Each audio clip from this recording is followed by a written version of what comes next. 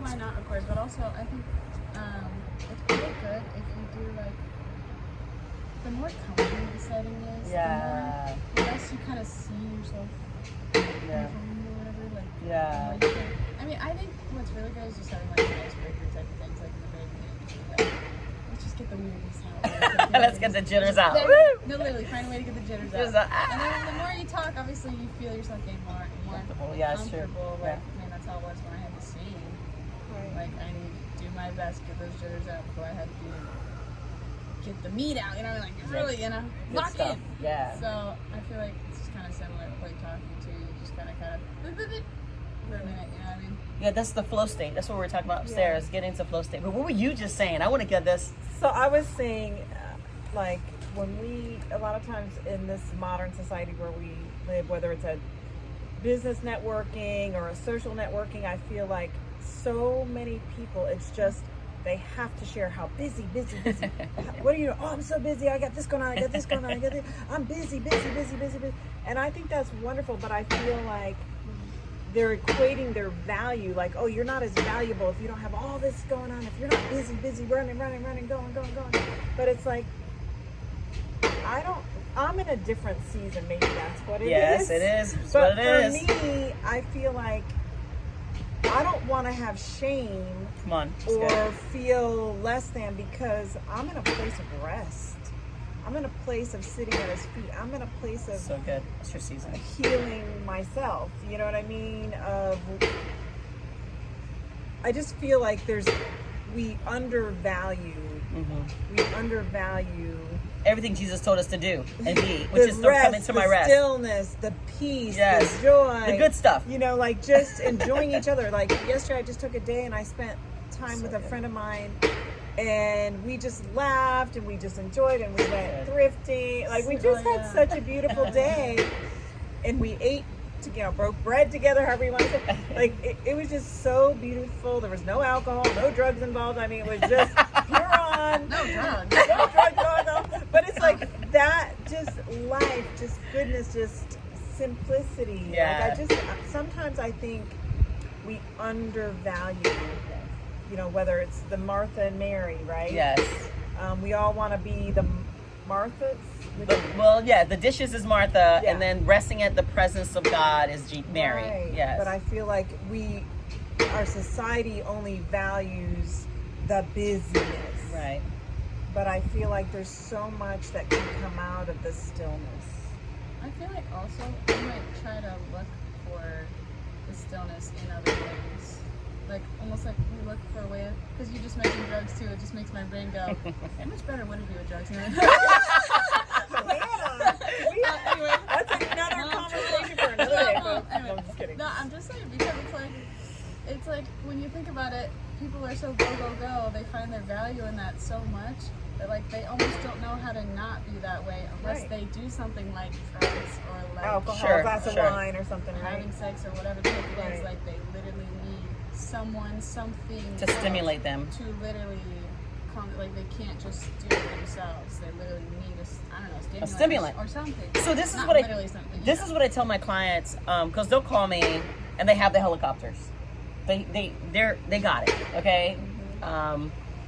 And they'll call me. I had one person call me, Sandra, I'm either gonna kill myself or I'm gonna buy another Porsche 911.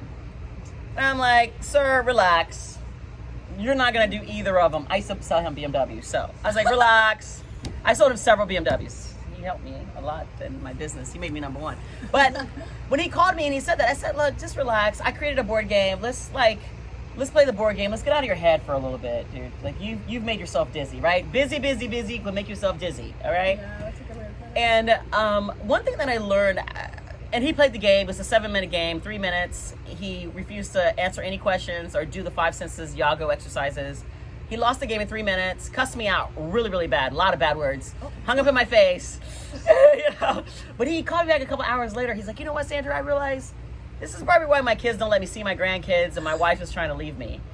And I said, yeah, because you're this powerful commander in the military, but now that it's time for you to retire, you don't know what to do with yourself. You've made your identity out of doing, and too much doing takes you to either doo-doo or voodoo, okay?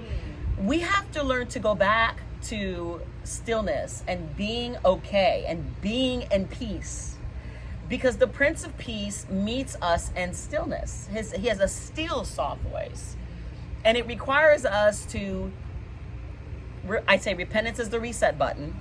It requires us to give ourselves permission to find who I am and the great I am, and be okay with that.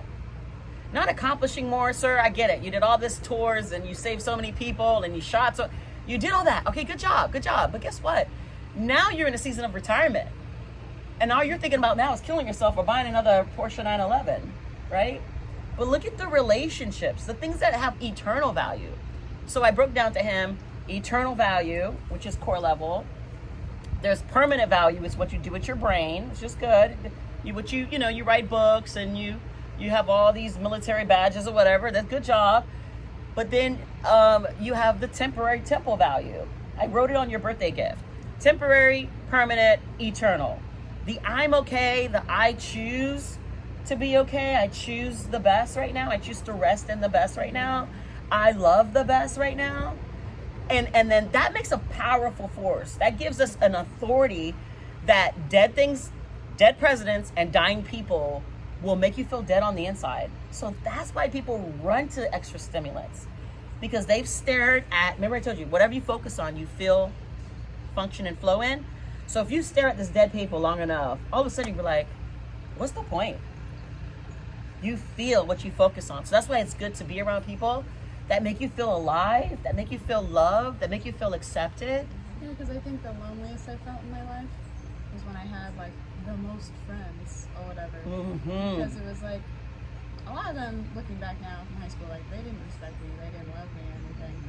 But like on the outside, I might have seemed like, oh, she's got a lot of friends with everybody, must be whatever, great.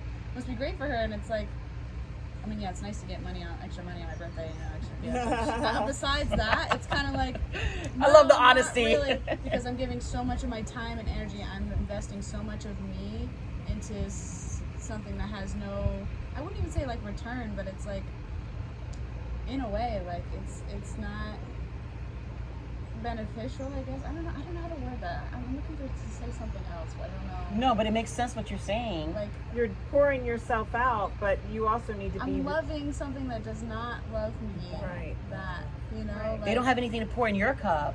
Exactly. Yeah. So you're going to end up being empty and dry and frustrated and probably like confused. in that phase of life, I had to learn the hard way. Like, you can't help someone who doesn't want to be helped. That part. At all. I mean, if God is smart enough to say, I satisfy those that hunger and thirst, who do we think we are? Thinking that we can save people, help people, that they don't respect God, they're not going to respect us. We can only give what's in our cup. Expecting someone to give me something that's not even in their cup is called false expectations. That's like 40 years of my life. I'm 45, okay? 40 years of my life, I thought I could earn love, and I could just work so hard to just earn someone to love me and respect me. Everything's an inside job. It starts with them loving Creator, accepting the love Creator has inside of them. And that also begs the question, is that even real love that you were looking for? It wasn't. That's why I instructed narcissists. I was like, the third narcissist, I'm the common denominator. I think it's 1. Is it 1 o'clock? Gotta go. Well, thank you so much. Enjoy the best. Yeah.